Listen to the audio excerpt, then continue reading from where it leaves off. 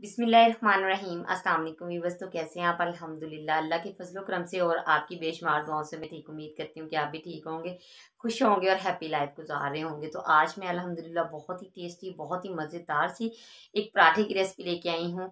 तो बहुत ही टेस्टी बनता है ये पराठा। तो उम्मीद करती हूँ कि आपको ये पराठा बहुत ही अच्छा, बहुत ही मज़ेदार लगेगा। तो अगर आपको मेरा पराठे की रेसिपी अच्छी लगे तो प्लीज़ चैनल को सब्सक्राइब कर लीजिएगा, और जिन्होंने मेरे चैनल को सब्सक्राइब किया हुआ उनका मैं दिल से शुक्रिया अदा करती हूँ, और जिन्होंने नहीं किया मेरी उनसे रिक्वेस्ट है कि प्लीज़ चैनल को सब्सक्राइब कर लीजिएगा, ठीक है।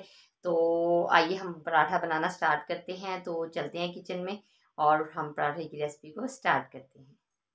बिस्मिल्लाहिर्रहमानिर्रहीम। तो आइए हम सबसे पहले पराठा बनाने के लिए डो को तैयार कर लेते हैं, आटा गूंद लेते हैं, ठीक है। तो आटा गूंदने के लिए मैंने लिया है 1.5 कप आटे का, गंदम का, जो हर घर में आम सुरख आटा इस्तेमाल होता है वो वाला, ठीक है। और इसके अंदर हम डाल देंगे 1.5 कप ही मैदा, ठीक है। मैदे को अच्छे तरीके से छान के हम डालेंगे। अब इसके अंदर डालेंगे चीनी, 1 टेबल स्पून डाली है। इसके बाद इसके अंदर नमक डाल देंगे, ठीक है। तो ये भी 1 टेबल स्पून है।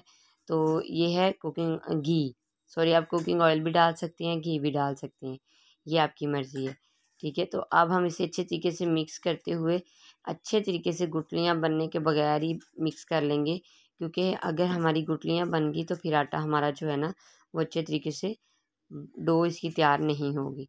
तो अब थोड़ा थोड़ा पानी ऐड करते हुए आटा हम गूंद लेंगे, ठीक है। तो चीनी जो होती है वो पराठे को बहुत ही सॉफ्ट बनाती है, तो नमक जो है वो पराठे का टेस्ट बढ़ाता है, तो घी जो है वो डो को सॉफ्ट रखता है। तो आप इन चीज़ों को ज़रूर डालिएगा। तो ये देखिए अल्हम्दुलिल्लाह मैंने अच्छे तरीके से मिक्स कर लिया था।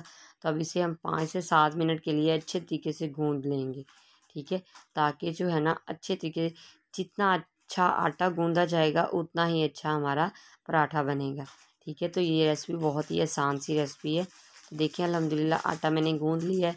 तो अब हम इसे 10 मिनट के लिए स्टे दे देंगे, ढक के हम रख देते हैं। तो अल्हम्दुलिल्लाह 10 मिनट हो चुके हैं।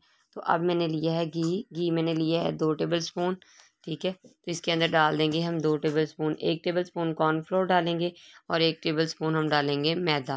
तो एक इसकी हम स्लरी सी तैयार कर लेंगे, ठीक है। तो फिर ऐसे अच्छे तरीके से मिक्स करने के बाद हम इसके ऊपर पराठे के ऊपर लगाएंगे, ठीक है। बहुत ही शानदार, बहुत ही मज़ेदार ये लच्छा पराठा बनता है। तो बनाना भी बहुत ही आसान है, आप इस रेसिपी को ज़रूर ट्राई कीजिएगा, ठीक है। तो मैंने अब आटा जो है मेरा 10 मिनट हो गए हैं स्टे दिए हुए। तो अब हम इसका एक पेड़ा बनाते हैं, ठीक है। तो बिस्मिल्लाहिर्रहमानिर्रहीम, खुशक हाथों को खुशक आटा लगा लेते हैं, ये देखिए। तो अब इसका हम पेड़ा तैयार कर लेते हैं। तो बहुत ही आसान सी रेसिपी है। तो मेरी आपसे गुजारिश है कि मेरी रेसिपी को ज़रूर ट्राई कीजिएगा, और जिन्होंने मेरे चैनल को सब्सक्राइब किया हुआ उनका मैं दिल से शुक्रिया अदा करती हूँ।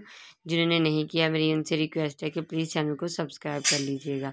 तो ये देखिए मैंने एक पेड़ा बना लिया है। तो अब हम इससे बेलेंगे और इसे रोटी बनाएंगे इसकी बड़ी सारी, ठीक है। ये देखिए हाथों से बेलने या बेलने से आप बेल सकते हैं, जैसे आपकी मर्ज़ी है, ठीक है। तो ये देखिए अल्हम्दुलिल्लाह इस तरह हम बेल लेंगे और इसकी एक रोटी तैयार कर लेंगे, ठीक है। तो मैं आपको रोटी तैयार करके दिखाती हूँ। तो इस तरह हम हाथों की मदद से अच्छे तरीके से रोटी को तैयार कर लेते हैं। तो ये देखें इसके ऊपर भी थोड़ा सा आटा डस्ट कर लेते हैं, ठीक है, ताकि ये जो हमारी रोटी है ये साथ ना चिपक जाए, ठीक है। तो अब हम इसके ऊपर जो मैंने स्लरी तैयार की है अभी कॉर्नफ्लोर और मैदे की, वो हम इसके ऊपर लगाएंगे। चम्मच की मदद से भी लगा सकते हैं, और ये ग्रीस लगाने वाला, घी लगाने वाला ब्रश है, इसके साथ भी आप लगा सकते हैं। अच्छे तरीके से आप इसे लगा लीजिएगा, ठीक है। ताकि जो ये हमने इसलिए लगाना है कि ताकि जो हमारी हमने लेयर कटिंग करनी है, इसकी जो हमने स्टेप कटिंग करनी है वो एक दूसरे के साथ चिपक ना जाए। तो अब हम इसकी कटिंग कर लेंगे, ठीक है। मैं आपको कटिंग करके दिखाती हूँ, ठीक है। तो ये माशाल्लाह बहुत ही अल्हम्दुलिल्लाह बहुत ही आसान सी रेसिपी है। इस रेसिपी को आप ज़रूर ट्राई कीजिएगा।